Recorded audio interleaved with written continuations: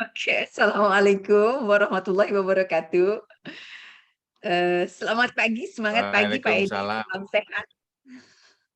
Ya, semoga sehat selalu ya, amin. Semoga sehat selalu ya.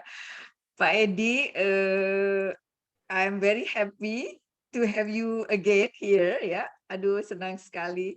Udah ditunggu-tunggu nih materi ini nih Pak Edi nih Iya ya.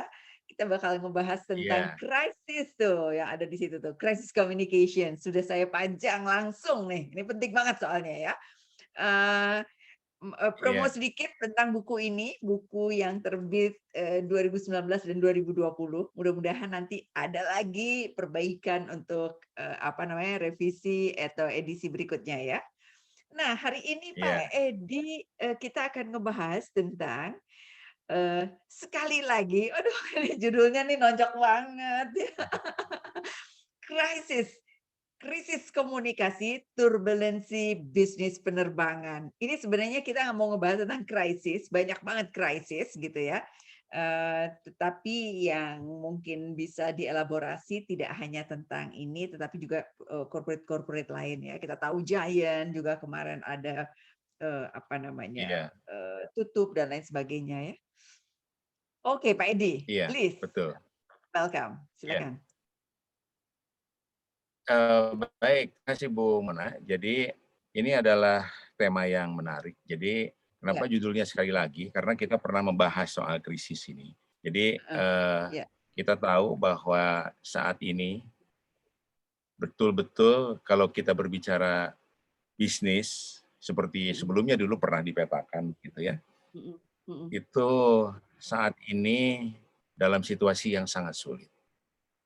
Jadi Iya, ini dalam betul. situasi yang sangat sulit dan inilah sebetulnya setelah mungkin sekian dekade begitu dihadapi Mhm, atau sekian tahun lalu dihadapi dari beberapa krisis yang pernah ada, dari mulai krisis, moneter di tahun, 87 ya, kemudian mhm, terus geser lagi, ada lagi beberapa krisis dan yang paling parah mhm, di seluruh dunia sekarang ini adalah mhm, krisis komunikasi akibat COVID-19.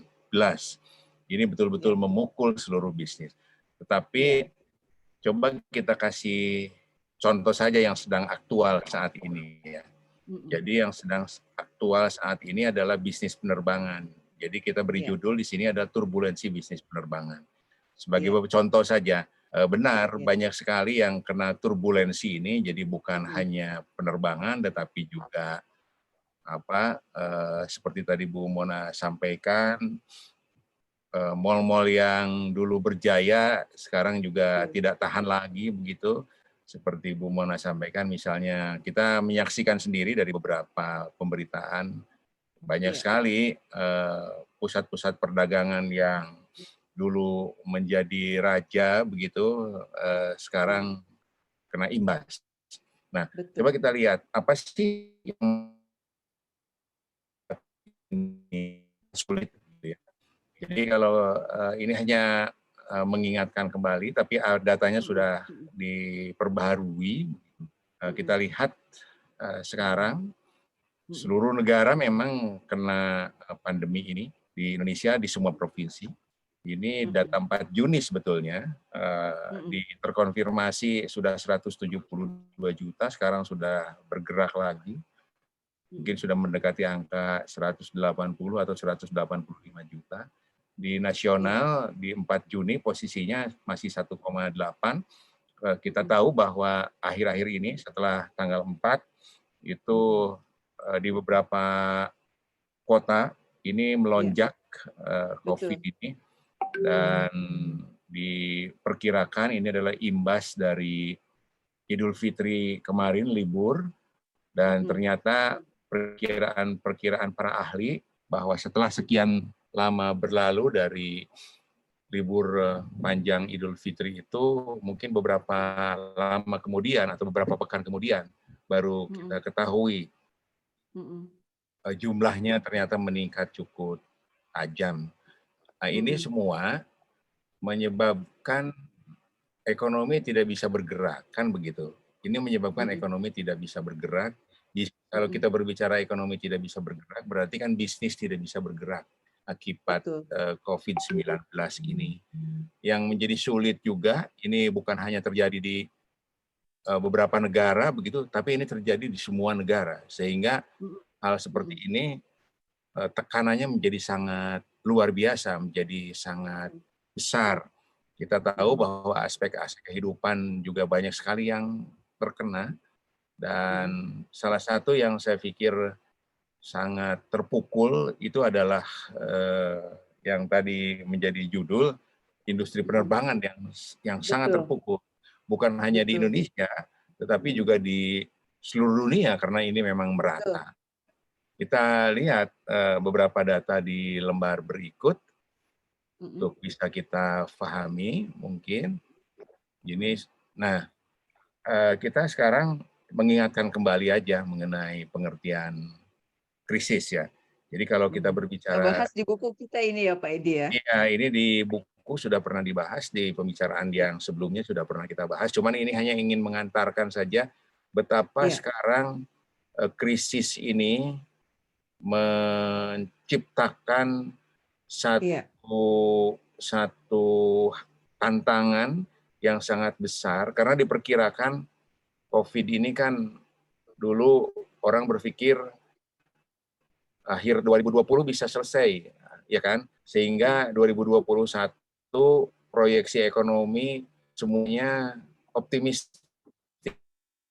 iya, ya kan?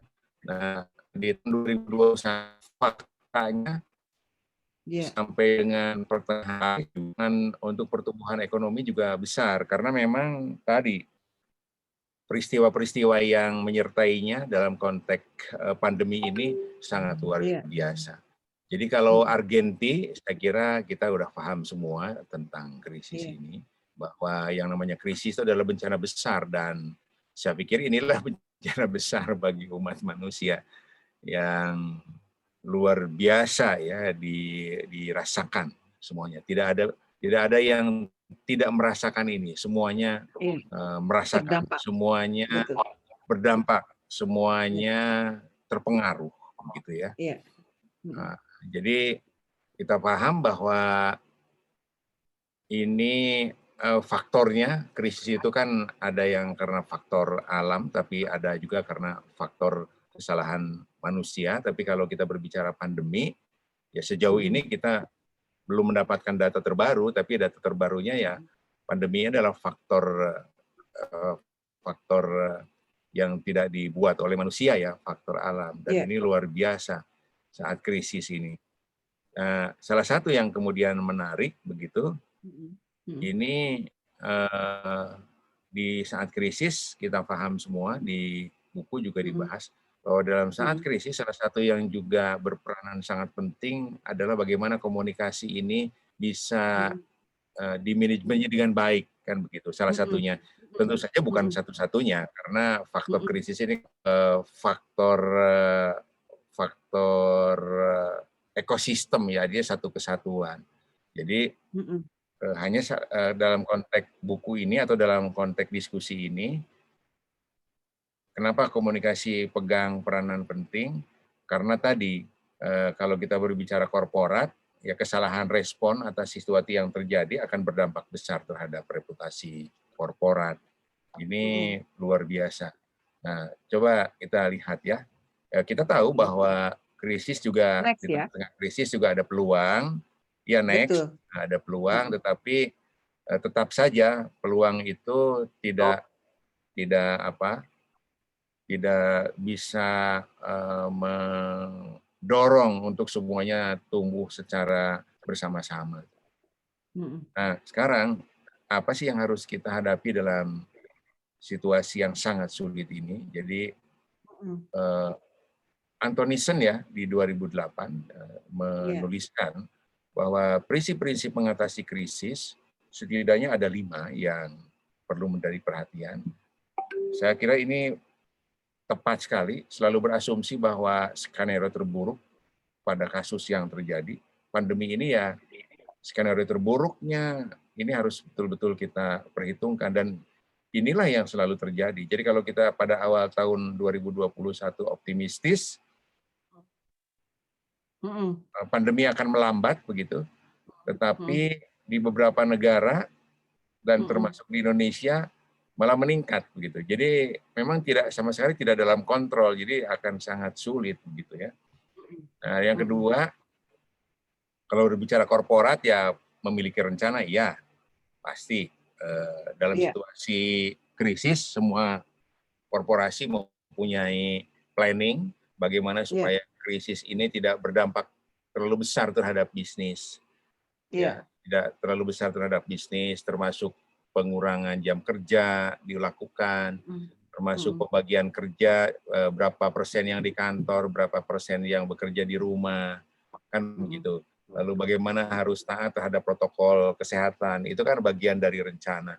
Lalu apabila ada yang terkena, mitigasinya seperti apa, lalu rumah sakit mana yang harus menjadi sasaran, bagaimana sumber daya manusia atau manajemen sumber daya manusia harus mengelola ini, ya kan? Jadi ini luar biasa. Ya tentu saja jangan kehilangan waktu, segera bertindak. Ya saya kira inilah hampir semuanya bersama-sama, bukan hanya korporasi, tapi negara, pemerintah ini betul-betul juga fokus untuk bisa menyelesaikan ini. Dan kita paham bahwa ini tidak mudah, sangat sulit. Mungkin kalau mengkritisi atau ya kalau mengkritisi memang relatifly kita bisa mengatakan, tapi dalam implementasinya di balik layarnya ini banyak sekali yang harus kita juga pahami. Mengutamakan manusia, saya kira ini prinsip dari penanganan krisis sudah pasti mengutamakan manusia. Jadi kalau kita berbicara pandemi misalnya yang mengutamakan manusia itu ya penanganan terhadap dampak dari pandemi, siapa harus betul-betul diamankan tempat kerja, harus disterilkan tempat kerja, yang terkena positif pandemi harus segera ditangani begitu. Itu mengutamakan manusia sudah pasti yang terpenting. Kemudian yang kelima, dalam mengatasi krisis selalu berhubungan dengan kecepatan. Iyalah, saya kira situasi yang sangat sulit harus diimbangi dengan kecepatan penanganan. Ini adalah prinsip-prinsip mengatasi krisis. Saya kira ini penting sekali. Baik, kita bisa lanjut di sini. Nah, ini menarik ini. Coba kalau kita lihat ya, sebagai studi kasus saja nih ya, sebagai studi kasus. Jumlah penerbangan yang mengalami penurunan, jumlah penerbangan mengalami penurunan signifikan akibat pandemi COVID-19. Ini luar biasa. Jadi kalau rata-rata ini tahun berapa Pak Edi? 2020. Tahun 2020 akhir ini. Jadi masih mendekati. Ini Januari, Edi Januari, Februari, Maret ya, masih agak lumayan. Sampai Mei. Jadi kalau kita lihat itu betul-betul krisis ini drop atau turun drastis pada April Mei, itu kita lihat jauh sekali. Dan mungkin kalau kita mencarikan data terbaru lagi sampai dengan Mei 2021, artinya setahun kemudian, itu masih di bawah deh kayaknya. Bisa jadi masih bisa lebih rendah dari ini atau paling tidak mungkin saja lebih rendah dari sini begitu. Nah, ya bisa dipahami karena hubungan atau komunikasi atau konektivitas antar negara kan tidak bisa lagi berjalan seperti sebelumnya. Ya dalam konteks bisnis, ya ini langsung terpukul kan. Dalam konteks bisnis langsung terpukul, paling parah terpukul di industri penerbangan. Jadi tidak aneh kalau manajemen misalnya ya, manajemen Garuda Indonesia itu pusingnya setengah mati, atau pemerintah Indonesia juga sangat pusing untuk bisa keluar dari situasi ini, ya kan? Jadi dilihat saja, dibayangkan dari tadinya rata-rata hampir 200 penerbangan begitu, 200.000 penerbangan, hanya tersisa sekitar 46.000 begitu yang berjalan. Ini hanya turun dari 200.000, bayangkan dari 200.000. Iya, Fluktuasinya seperti itu, tajam sekali. Dan kita tahu bahwa penerbangan itu kan perusahaan yang sangat syarat teknologi, padat modal, begitu. Betul, Padat betul. teknologi, padat modal, dan tentunya menjadi mahal kan begitu. Iya. Nah, Dan ini harus maintenance-nya luar biasa, Pak Edi ya. iya, Maintenance-nya luar biasa. ya pemeliharaannya luar biasa karena ini kan menyangkut keselamatan keselamatan penerbangan ya. Jadi ini betul-betul terpukul ini kalau menurut saya ya, penerbangan ini. Nah, coba kita lihat di berikutnya. Nah, ini Sorry. Oke. nah ini adalah kondisi yang tadi menyebabkan sejumlah perusahaan penerbangan nggak bisa hidup lagi nih, bangkrut ini tahun 2020. Ngeri ya, ngeri ya Ya, Pak Edi, ngeri. ya ngeri. Coba ini data yang coba saya cari ya. Apa saja sih perusahaan penerbangan yang menyatakan bangkrut gitu ya. Jadi dari mulai Air Italy ya sampai dengan Cathay Dragon dari Hong Kong. Jadi banyak sekali dari berbagai negara, dari mulai Italia, UK, Turki, Amerika, Afrika Selatan, Jerman, Peru, Ekuador, Argentina, Kanada, Austria, Chili, Thailand, Australia. Ya, Australia itu yang low cost carrier itu ada Virgin sama Tiger Air, kemudian Denmark dan juga Hong Kong. Ini mereka ini yang data yang bankrupt di tahun 2020 ya. Nah, mungkin 2021 bisa jadi bertambah lagi ya. Jadi ini yang Bertambah lagi yang bankrupt. iya, yang bankrupt bisa jadi. Ya artinya ya biaya besar kan, kalau penerbangan itu kan biaya Ini besar. yang low cost ya Pak Edi, ini yang low Ya, cost kebanyakan ya, ya. ya, ya, Sementara yang national ya, carrier ya, itu mungkin masih mempertahankan, tetapi juga sekarang udah mulai gelagapan juga ya. ya sulit ya. Ya. Hampir semua low cost, tapi yang bukan low cost itu pada dasarnya kan flag carrier.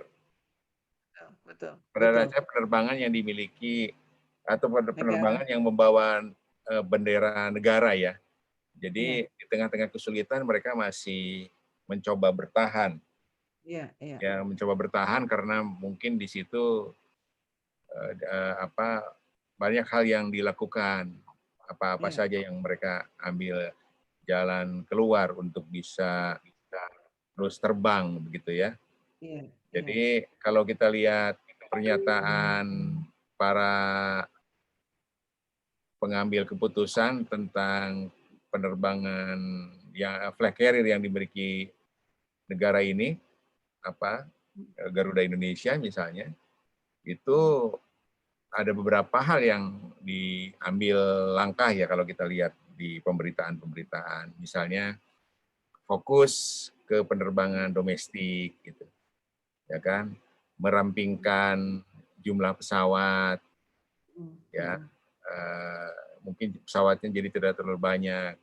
Mungkin merampingkan merek juga begitu, atau ya mereknya mungkin tidak terlalu beragam, karena kalau terlalu beragam diperlukan sumber daya manusia yang juga spesifik juga untuk masing-masing merek itu. Nah, ini artinya langkah restrukturisasi ya yang dilakukan dalam situasi sulit seperti ini atau dalam situasi krisis. Ini fakta ya, fakta atau data yang ada atau yang diperoleh di tahun 2020, hampir bisa dikatakan yang ya betul ini sebagian besar low cost ya, ini sebetulnya sebagian besar. Tapi inilah sebetulnya urat nadi konektivitas masyarakat di seluruh dunia ya. apa penerbangan ini. Kita tahu bahwa pertumbuhan ekonomi salah satu pendorongnya yang utama adalah konektivitas ya. Jadi konektivitas terhubung dari satu negara ke negara yang lain sehingga terjadi pergerakan-pergerakan untuk mendukung pariwisata, untuk mendukung penerbangan dan sebagainya dan sebagainya. Iya. Ya. Nah, ini adalah ini analisis korporasi saja sebetulnya. Analisis korporasi dan apa sih kira-kira langkah manajemen dalam situasi krisis seperti ini? Kalau kita berbicara tentang bisnis, ya yang pertama adalah pasti efisiensi biaya operasi. Iya, Jadi betul. efisiensi biaya operasi harus dilakukan, karena kalau tidak nggak bisa bertahan.